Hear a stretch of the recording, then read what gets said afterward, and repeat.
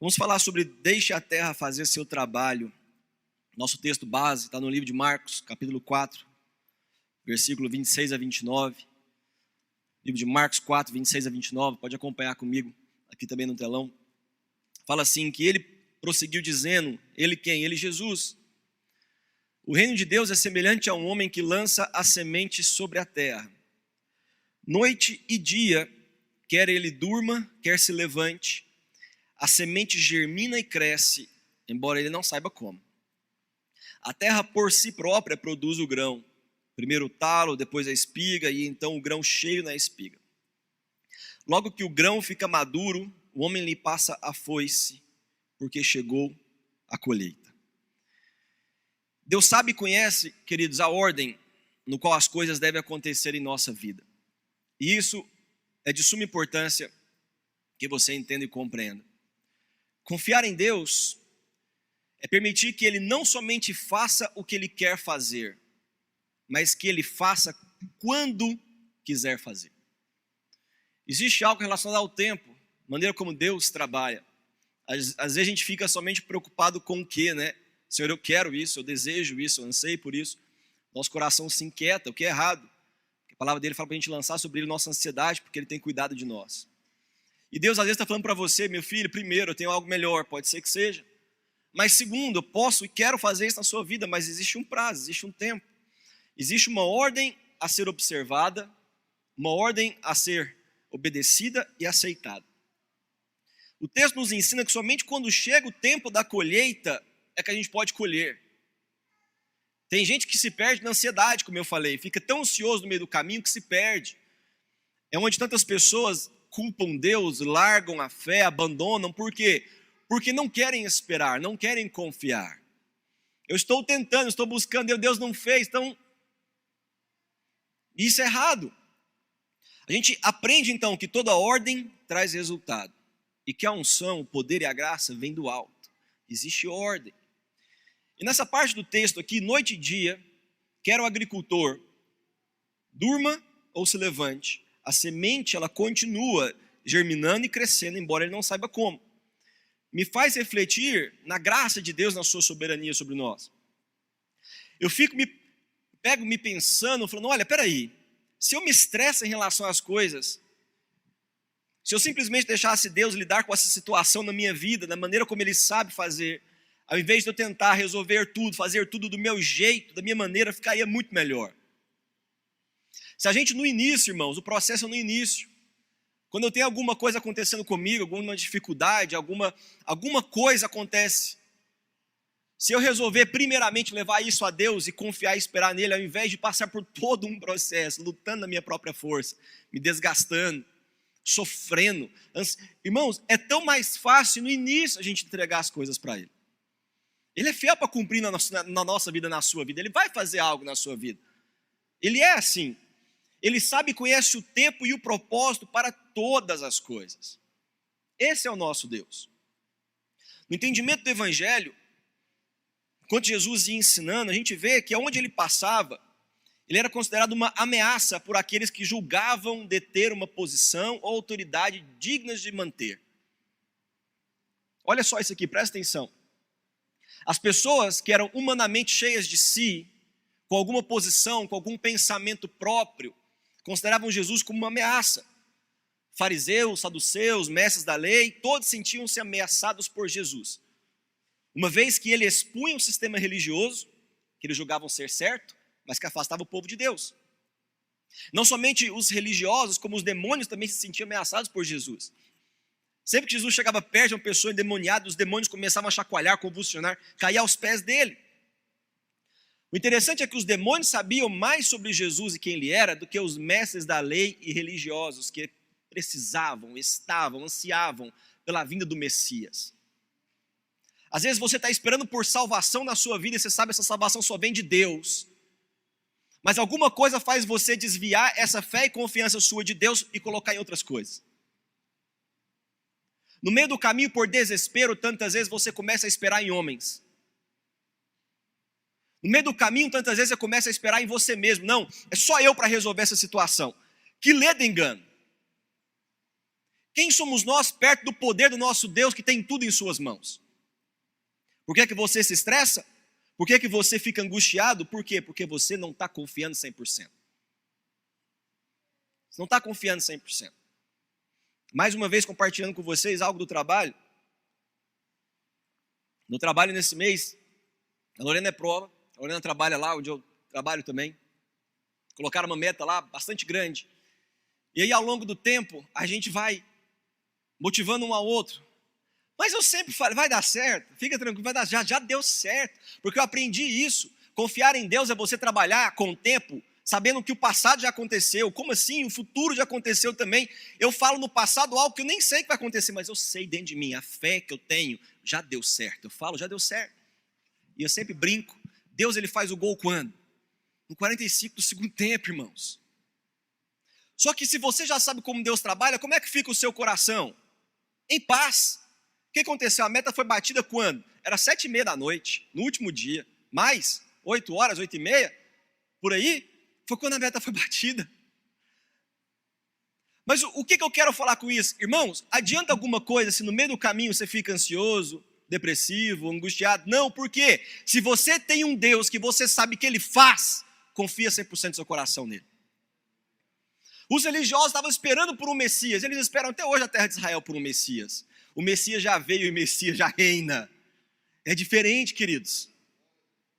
Ele já reina, ele está à direita de Deus Pai, tem toda a autoridade no céu, na terra, embaixo da terra, já tem um nome que o texto, o livro de Hebreus fala, é maior do que qualquer nome que existe. E eu falo isso aqui e prego constantemente. Dê nome ao seu problema, qualquer problema que seja, dê nome a ele. O nome de Jesus é maior que o seu problema. Ou seja, isso é algo que você tem que ter no seu coração. Os demônios viam Jesus cair aos seus pés. Os fariseus, os saduceus, quando você é cheio de si, eles preferiram cruzar os braços e julgar Jesus. Que estranho isso. E eu me questiono, será que a gente não faz como os religiosos? Às vezes a gente esquece quem Jesus é. Será que não é necessário a gente trazer a nossa memória, a nossa lembrança, que Jesus não é qualquer um, qualquer pessoa, mas que Ele é o Filho de Deus? Será que nós temos adorado Ele como autoridade máxima em nossas vidas? Eu sei quem Jesus é em mim, quem Ele é para mim, Ele é o meu Senhor. Ele é como Tomé, numa mensagem que eu compartilhei com vocês um tempo atrás. Tomé, que a gente fala o cético. Não, peraí. Tomé falou assim, olha Senhor, eu já vi tantas coisas que o Senhor fez, mas eu nunca vi o Senhor morrer. O Senhor ressuscitou, eu quero ver. Quando ele vê Jesus, quando ele coloca a mão no lado de Jesus, ele fala, Senhor meu e Deus meu. Por quê? Porque ele sabia quem era Jesus e sabia o que Jesus representava para ele. Senhor meu e Deus meu. Jesus não é um acessório que a gente procura somente quando a gente sente vontade ou quando a gente precisa. Jesus não pode ser a pessoa para você que você procura em campanhas, que você procura em oração. Tem pessoas que vão atrás aí de pessoas que oram. Queridos, Deus age na sua vida, você orando no seu quarto. Você precisa lembrar quem é Jesus. Tomé falou, Senhor meu e Deus meu, eu sei quem tu és. O Senhor é meu, é um pertencimento. Eu conheço o Senhor, eu caminho com o Senhor, eu sei quem é meu Deus. Nesse contexto estabelecido, a gente tem essa parábola de Cristo. Jesus está nos ensinando sobre a natureza do reino de Deus, sobre a nossa fé. E Jesus, ele falou tanto sobre sementes e solos, que a gente pode entender isso como uma metáfora de como Deus fala conosco. Ele está sempre plantando sementes no nosso coração. Como a pastora Rebeca falou isso aqui. A palavra pregada é uma semente plantada. Ele está jogando sementes na sua vida. Sempre ele está falando no seu coração. Então você não precisa se entristecer por falar que Deus não fala com você. Deus está sempre falando. Às vezes você não está escutando. É algo diferente. Mas Ele sempre fala. Ao falar sobre solos, você precisa entender que Jesus estava falando sobre corações. O tempo inteiro. Nosso coração simboliza nossa alma, nossa mente, vontade e emoções. E existem algumas sementes que caem pelo caminho. Na parábola do semeador, isso é explicado. Deus ele vai falando com a gente, algumas sementes, se você não presta atenção, caem pelo caminho, alguns pássaros vêm e as comem. Eles tiram a semente que deveria ser nossa, por quê? Porque a palavra do Senhor é bênção para a sua vida, é onde você se agarra. É aquilo que você declara, é o que você profetiza no seu dia a dia. Como eu falei para vocês, eu olho para o meu problema, eu dou nome a ele, que eu falo para ele, eu vou vencer você no nome de Jesus. O nome do meu Senhor é maior que você, eu creio nele, eu declaro a palavra do meu Deus. Os pássaros tiram a semente que deveria ser nossa, que deveria cair no nosso coração, para tirar nossa atenção, para impedir o nosso agir conforme o que a gente ouve. Porque se eu ouço falando a palavra de Deus, aquilo que é para mim, e eu sei, eu tomo fé, eu tomo posse, queridos, não há nada nesse mundo que possa fazer algo acontecer contrário à vontade de Deus na sua vida, a não ser você. A não ser você. Porque se eu tomo posse, eu creio, eu acredito, queridos, ele vai fazer. Porque ele disse para a gente, tudo que vocês pedirem em meu nome, o Pai fará. Existe a palavra. Da mesma forma que ela cai pelo caminho e pássaros as comem, você pode juntar um monte de palavra como num saco cheio de semente. Você sabe destacar textos e versículos na Bíblia. A gente enche um caderno com informações de palavras.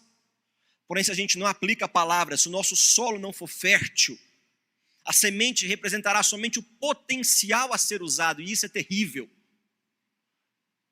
É como, não sei se acontece com vocês, mas tem gente que faz isso, eu faço com algumas coisas também. Às vezes a gente guarda algumas coisas, né? A gente não quer se livrar delas. A gente fala assim, não, e se eu precisar disso em algum momento? Não é verdade? Você vai guardando algumas coisas. Às vezes você faz isso com a palavra de Deus. Não, eu gosto dela, eu vou guardar ela, mas você não coloca ela em ação. Não seria terrível o Senhor te mostrar no céu a quantidade de sementes que você guardou sem ser utilizada aqui na terra? O chamado de Deus queimando na sua vida. Tudo aquilo que Deus colocou, que te deu exclusivamente para você, o dom que é individual, que é seu, e você está aí guardando de braço cruzado como religioso às vezes.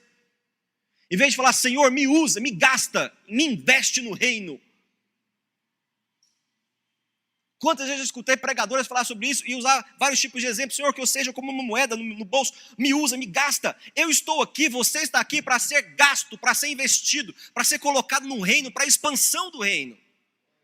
Não é para você ficar se guardando, porque não, eu posso precisar disso. Um dia para com isso. Você tem que estar em movimento hoje para o reino de Deus. Não adianta nada guardar as coisas para você. A Bíblia traz um exemplo daquilo que guarda e é morto. O mar morto. É um exemplo para a gente na Bíblia. O mar morto, ele é morto porque ele não corre para o mar. Ele é um rio. Se o rio não corre para o mar, ele não completa o processo dele. Ele está guardando a água. O que aconteceu com o mar morto? Não tem mais nenhuma vida dentro dele. Ele é morto, olha o nome. Mas se a gente dá tudo que nós estamos recebendo de Deus, cada vez mais ele vai encher mais a sua vida. Coisas novas você vai experimentar e você vai viver. E algumas pessoas não se usam, não se permitem ser usadas, porque elas caem na besteira de falar assim, não, se eu soubesse um pouco mais, eu não estou pronto, se eu estudasse um pouco mais, se eu estivesse mais preparado, seria diferente, eu poderia fazer mais, eu poderia fazer melhor. Que bobeira! Não é assim que funciona. A gente acredita que, poxa, eu preciso de sempre algo a mais, mas a palavra do Senhor fala para a gente, estou convencido que aquele que começou a boa obra vai completá-la, ele vai trabalhando com você ao longo do caminho. Eu adquiro o crescimento espiritual com a leitura da palavra, com dedicação no ministério e aprendizado, mas a fé sem ação é morta. Eu preciso colocar em ação aquilo que Deus está colocando em mim. Você precisa viver e experimentar Jesus, você precisa colocar em ação tudo que Ele tem colocado dentro do teu coração. Eu não posso guardar aquilo que Deus tem me dado. Eu preciso abençoar as pessoas com aquilo que Deus tem me confiado. É esse o pensamento. Então você tem que estar em movimento. O texto fala que o fazendeiro coloca o grão na terra. Ele está em ação. Eu vou fazer aquilo que me cabe. E ele experimenta a materialização da semente através do seu crescimento, embora ele não saiba como. Na vida da fé, você crê que vai acontecer, você se coloca em movimento. Por quê? Porque você faz a sua parte. Você fala, Senhor, eu não sei como o Senhor vai fazer isso, mas a minha parte eu estou fazendo. Você faz como o fazendeiro, você coloca a semente. Eu saio para semear todos os dias no meu trabalho. Eu saio para semear, eu vou trabalhar, Senhor, mas eu preciso da bênção do Senhor no meu dia a dia. Eu preciso da bênção do Senhor no meu trabalho. Por quê? Porque se o Senhor não abençoar, em vão eu vou trabalhar. Aos seus amados Ele dá enquanto dormem, enquanto confiam. Ele acrescenta, Ele traz a prosperidade quando você descansa nele. É assim com Deus. Jesus está comparando esse fato ao reino de Deus. E sempre que acontece alguma coisa assim, a gente fica esperando por algo maravilhoso acontecer. Né? Jesus está comparando com o reino. O que tem de maravilhoso nessa história aqui? Ele faz uma ilustração terrena desse contexto. E é incrível que ele compara o reino de Deus a uma semente. Frequentemente a gente vê isso na nossa vida. Deus, ele utiliza algo que os nossos olhos parecem pequeno e insignificante. Fala, Senhor, eu estava esperando por algo mais maravilhoso. Eu estava esperando por um arrepio. Eu estava esperando por algo que viesse chacoalhar a minha casa, para que todo mundo visse, até meus vizinhos. E Deus, ele vem com algo que parece pequeno e insignificante aos seus olhos. Ele coloca no seu solo, que é o seu coração, invisível aos nossos olhos. Mas Deus trabalha maravilhosamente em nós, sem nós sabermos como. Nesse contexto, eu quero abordar 3 coisas sobre o reino de Deus, que refletem a nossa vida, a ação e o mover de Deus, e como ele trabalha em nós. Primeiro, frequentemente as coisas parecem insignificantes. Você fala, Deus, eu estava esperando por algo novo, diferente. Deus fala para você, meu filho, confia em mim. Pode parecer pequeno para você, mas para mim não é. Parece invisível. Você fala, Senhor, eu não estou vendo o teu agir. E Deus fala, meu filho, eu estou agindo tanto em tua vida, que se você tivesse a ciência, você ficaria até espantado. Os anjos do Senhor em seu trabalho, te protegendo e te guardando todos os dias, te dando livramento e proteção.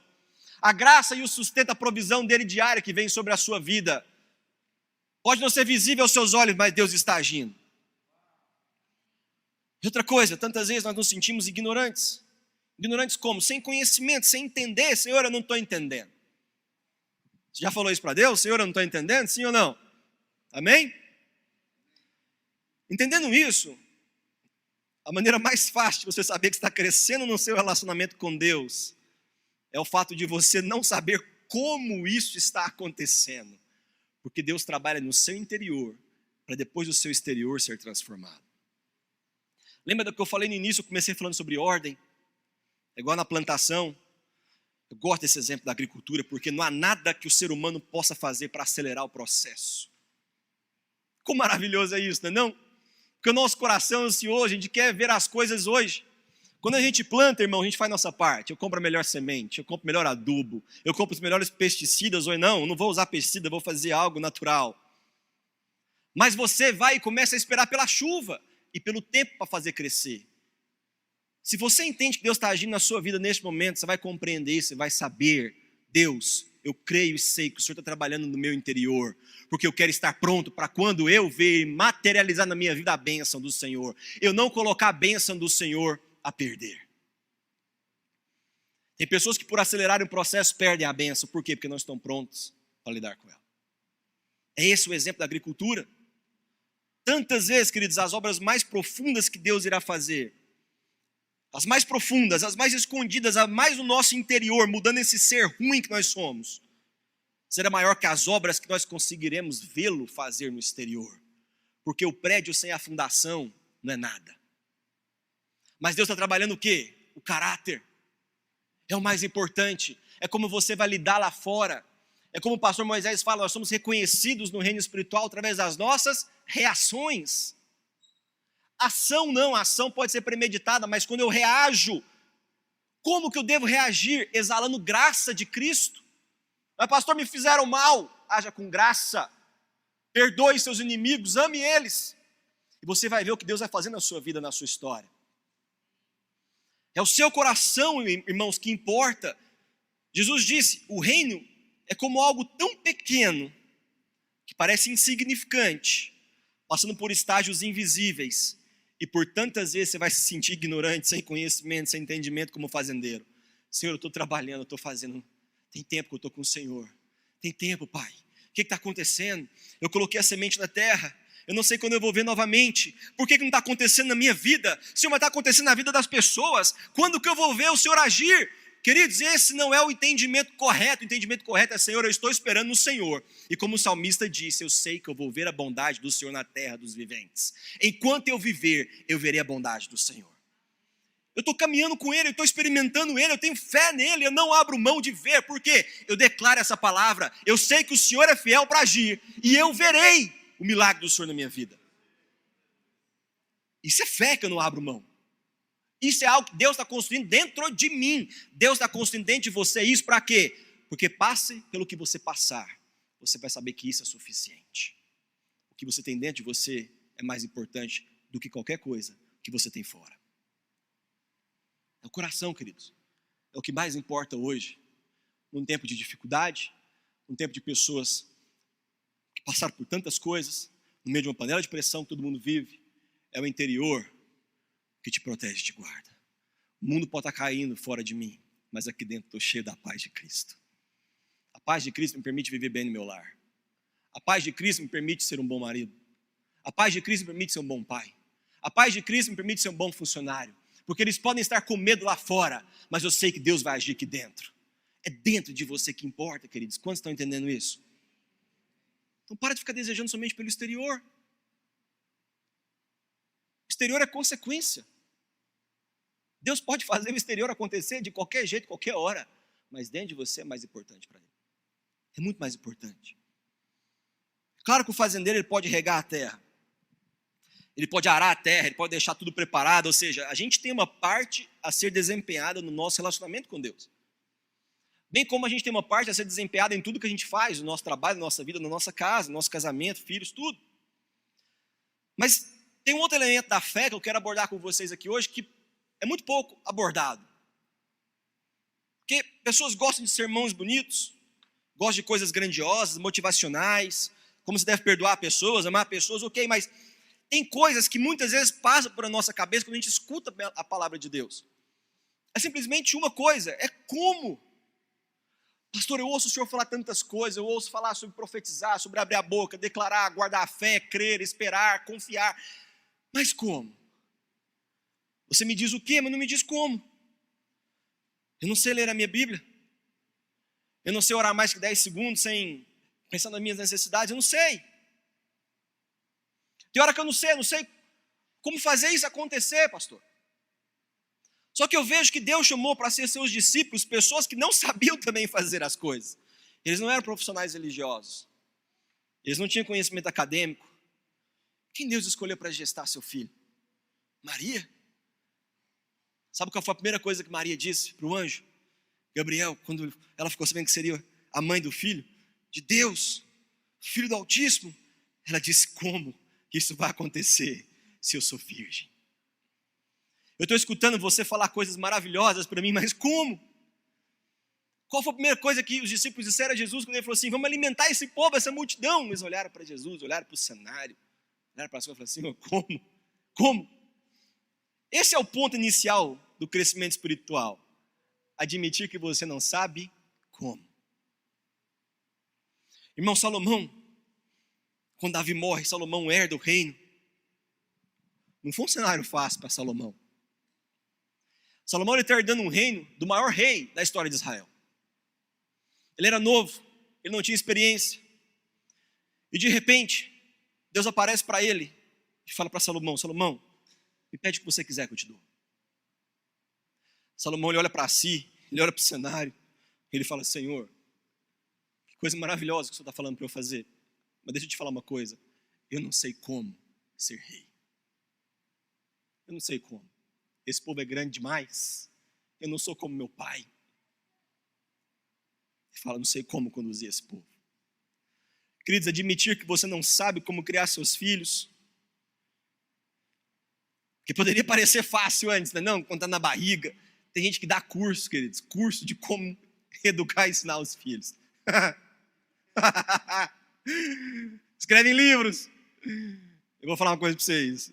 Eu falo para a Rebeca todo dia: educar e criar filho não é fácil, não. É uma benção, mas não é um trabalho. Admitir que não sabe.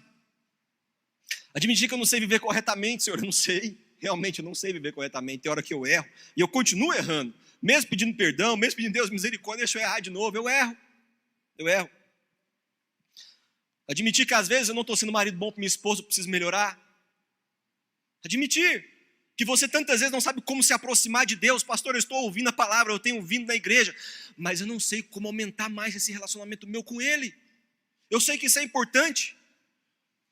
Eu sinto vontade de buscar, mas eu não dou conta. Às vezes a gente olha para a palavra, para a pregação que fala assim: olha só, fite seus olhos no autor consumador da sua fé. Você fala: meu Deus, como é que eu olho para Ele se Ele é invisível? Como? Eu não sei como. Por isso que esse fazendeiro é interessante. Ele planta uma semente na terra, é a sua função, a função dele, é o seu trabalho, é o que ele sabe fazer. Porém, ele não sabe como fazer a semente crescer. E Jesus diz que o reino de Deus é semelhante a isso. Que ensinamento é esse de Jesus para nós? Crescer é assim. Tem uma parte que cabe a você e você saberá o que fazer. Você semeia, você rega, mas você não sabe como. Esse é o segredo do reino de Deus, queridos. Presta atenção em mim. Esse é o segredo do reino de Deus que tantos tentam esconder. Eles querem que você pense que Deus usa e Deus abençoa pessoas que são perfeitas. Pessoas que sabem de tudo, como os religiosos. Eu sei de tudo e por isso eu rejeito o Salvador. Mas Deus está procurando por pescadores como Pedro. Até mesmo uma prostituta chamada Raabe foi utilizada por Deus para dar livramento ao povo israelita em Jericó. Pessoas que não sabem como, são essas pessoas que Deus procura, pessoas humildes. E eu me vejo num dos maiores sermões, se não o maior sermão de Jesus Cristo na terra, quando ele dedica o tempo, são 3 capítulos em Mateus.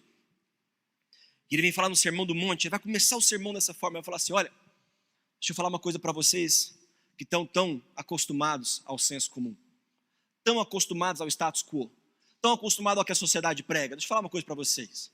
Jesus fala, bem-aventurados pobres em espírito. Ele começa a mudar tudo. Deixa eu falar para vocês o que é importante, ele começa a falar. Bem-aventurados pobres de espírito, porque deles é o reino dos céus.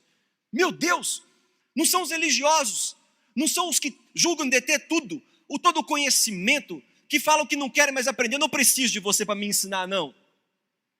Que fecha o coração a tantas pessoas que querem te abençoar. Bem-aventurados que choram. Não são os fortões, não. São os que choram, porque eles serão consolados. Bem-aventurados humildes, porque eles receberão a terra por herança. Bem-aventurados que têm fome e sede de justiça, porque serão satisfeitos. Bem-aventurados misericordiosos, pois obterão misericórdia. Bem-aventurados puros de coração, porque verão a Deus. Bem-aventurados pacificadores, pois serão chamados filhos de Deus. Bem-aventurados perseguidos por causa da justiça, pois deles é o reino dos céus. Bem-aventurados serão vocês quando, por minha causa, os insultarem, perseguirem e levarem todo tipo de calúnia contra vocês. Ele não disse, bem-aventurados são os que são cheios de sua própria sabedoria, pois esses não podem receber a sabedoria que vem de Deus. Salomão podia ter pedido para Deus qualquer coisa. Eu sempre brinco que essa história da Bíblia que se assemelha à história do gênio da lâmpada, né?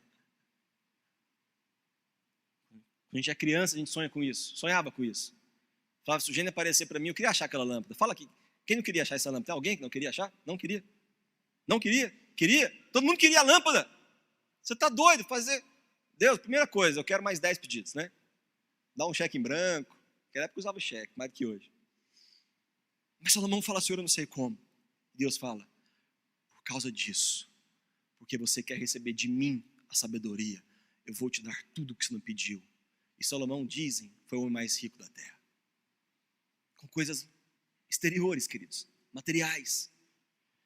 Então, se você se aproxima de Deus com o coração dizendo que você não sabe, olha como isso é profundo. Presta atenção nessa frase. Se você se aproxima de Deus com o coração dizendo, Senhor, eu não sei, Ele vai encher você em tudo que você esvaziar diante dEle. Quanto mais você se esvazia diante de Deus, mais Ele te enche. Que coisa maravilhosa. Tudo que eu quero diante de Deus é me esvaziar, porque eu quero ser cheio dEle. Eu quero ser cheio de tudo que vem dEle. Tudo que Ele pode dar. Ah, você quer bens? Ele é o dono de todo ouro e toda prata.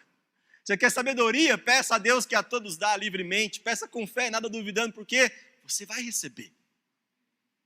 Se você chega diante dele e se esvazia, eu não sei como, eu não dou conta, Deus vai te capacitar, queridos. Ele vai abençoar o seu trabalho, a sua vida, a sua família. Ele vai falar assim, pode ficar tranquilo, faça a sua parte. Por quê? Porque eu vou à frente, preparando tudo para você. Que Deus maravilhoso é esse. A gente não precisa entender Deus não, a gente não precisa entender processo, a gente não precisa.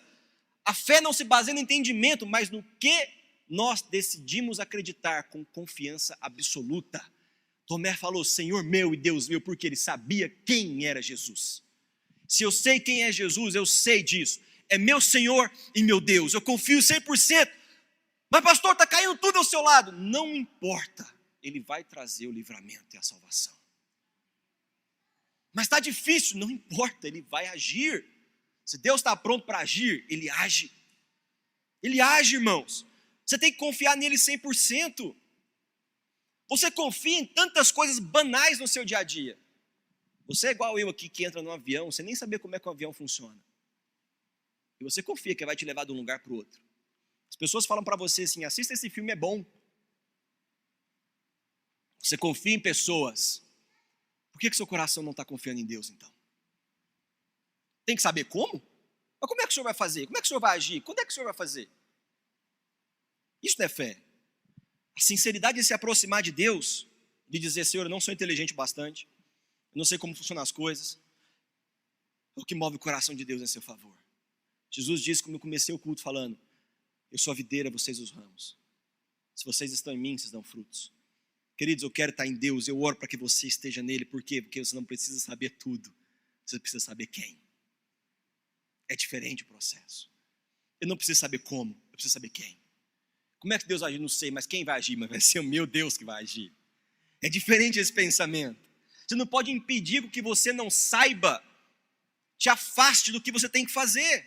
Você tem que continuar semeando, você tem que ser como agricultor. É como o reino de Deus é, mas ele vai crescer? Vai. Na sua vida é assim também? É. Então semeie, plante, haja, faça o que Deus está colocando no seu coração. Aquilo que ele está te chamando para fazer. A palavra do Senhor fala, é isso que eu entendo quando Ele me supre quando eu durmo. Ele me supre quando eu confio. Ele não me supre quando eu tento fazer tudo da minha forma. Ele me supre quando eu entrego. É diferente. O padrão de Deus é lançar sobre Ele as minhas ansiedades, porque Ele cuida de mim. O padrão de Deus é Ele falar assim, olha, eu vou trazer provisão para você, olhe para as aves do céu, olhe para as flores no campo. Ele dá exemplos. Ele fala que nunca vai nos abandonar, nem nos desamparar. Então, para a gente caminhar para o final, sobre essa parábola, é uma imagem figurativa, porque parece simples na superfície. É um texto pequeno, simples. Mas carrega em si um significado tão profundo. O reino de Deus é assim. Ele é como um iceberg. Às vezes você acha que você entende tudo, conhece tudo. Lê do engano. A gente não pode pensar que Jesus é o fazendeiro nessa parábola, porque Jesus sabe de todas as coisas. Então a gente tem que focar no princípio que a parábola traz para a gente. O princípio aqui é, não permita que o que você não saiba te impeça de semear. A mesma coisa vale para a oferta. A mesma coisa vale para você abençoar seus pastores. Ofertar na vida deles, que tem trago para você tanto ensinamento, tanta palavra de vida. É você semear no seu dia a dia. Nossa, mas eu já sofri tanto, eu já fali um negócio, eu tenho medo de começar, para com isso. Deus, Ele é um Deus de começo, Ele quer fazer algo novo na sua vida, Ele anseia por isso. Você tem que sair para semear, tem que sair para semear. Jesus conta, figurativamente falando, uma imagem do que ainda não aconteceu, essa parábola. Todos os que estavam perto dele, tentaram impedir ele de chegar à cruz, todos. Para a gente poder finalizar e ter nosso momento de ceia. Todos tentaram afastar Jesus da cruz. A cruz representava o fim do movimento. A cruz representava o fim daquilo que eles passaram a gostar de viver, dos milagres, das multidões, dos acontecimentos. Era bom aquilo. Era uma vida completamente diferente do que estavam acostumados a viver. Jesus é levado à frente dos religiosos, dos governantes romanos, dos governantes da Judéia. Permanece em silêncio. Seus discípulos esperançosos que Jesus descesse da cruz, não fosse para o túmulo. Jesus, porém, suportou tudo, passou por tudo, no final, porque ele sabia que a terra tinha um papel a cumprir. A gente pensa que às vezes todo esse negócio é relacionado a um funeral, a morte de Cristo, depois da ressurreição. Na verdade, ele entendimento acerca de agricultura, ele falava sobre ele em outros momentos. Afinal, Jesus não foi enterrado, Jesus foi plantado, a terra cumpriu a sua função. Jesus, ele é o primeiro fruto, ele é a primícia, é o primeiro de muitos irmãos. Os discípulos não entenderam isso, eles não sabiam disso. Quando Jesus foi colocado no túmulo, não era o fim, era o começo. A morte de Cristo era o início de algo novo que viria através da ressurreição. Deus, ele é um Deus de começos. É esse o entendimento que a gente tem que ter. A fé e a alegria que você tem que ter nesse momento na sua vida, passando por tudo que você está passando. Uma estação de dificuldade que seja, uma estação onde você viveu algo que você relaciona como fracasso, algo que é difícil, de tristeza, de depressão, de solidão. Saiba que Jesus tem um novo começo para você hoje. É sempre hoje, é sempre agora com esse Deus. Eu entro na presença dele e falo, Senhor, eu não sei. Até aqui eu tentei fazer as coisas na minha vida, eu não dou conta, Senhor, eu não sei como, eu quero que o Senhor haja. Se você se esvazia diante dele, ele te enche. Ele te enche. Basta você falar para ele, Senhor, eu estou pronto para o Senhor fazer a obra na minha vida. Nesse momento, queridos, é para você então se abrir a ele e deixar ele agir. Deixar ele agir. Eu tenho caminhado dessa forma na minha vida. Eu tenho dito constantemente a ele, Senhor, eu preciso que o Senhor faça. Eu preciso que o Senhor haja. Eu preciso que o Senhor traga o suprimento, a provisão. Eu preciso de recursos. Eu preciso, meu Deus. Porque eu confio em Ti, eu não confio em mim. Eu preciso deixar a terra fazer o trabalho dela. Porque Deus deseja colher frutos com o meu trabalho. Minha função é semear. A sua função é semear. É semear na sua casa, na sua família, no seu trabalho. É semear. Como é que você semeia? Dando o seu melhor. Dê o seu melhor para todo mundo. Dê o seu melhor aonde você está plantado. Você tem que dar frutos aonde você está. É ali, irmãos. Dê frutos, dê resultado. É assim. Ele deseja ver os dons que te deu sendo multiplicados. Lembre-se sempre que ele trabalha em seu favor, não contra. Às vezes a gente esquece quem é o nosso Deus. Tem hora no nosso dia a dia que a gente parece esquecer quem Ele é. Ele é aquele que a morte não pôde deter. Ele é aquele, na verdade, que a morte se curva diante dele. Ele é aquele que com seu braço estendido, ele traz salvação e livramento para o seu povo. Ele é aquele que fez no passado, mas ele faz hoje ainda na sua vida. Como é que a gente pode esquecer quem é o nosso Deus em qualquer momento que a gente está vivendo? A gente tem que ser como Tomé, Senhor meu e Deus meu. Eu posso não estar vendo, mas eu sei que o Senhor está agindo. Ele age, queridos. Você precisa deixar Ele agir. Você precisa confiar que Ele está agindo e parar de tentar impedi-lo.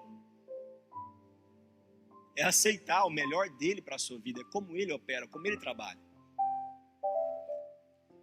A mim cabe fazer a minha parte. Eu semeio. Mas a colheita é do Senhor. A colheita é dele. Esse é o Evangelho de Cristo Jesus. Todas as coisas cooperam para o bem daqueles que amam a Deus. Eu sei, Pai, eu estou fazendo a minha parte. E agora eu espero e descanso. Porque eu não preciso saber como. Se eu sei quem. Isso é o mais importante.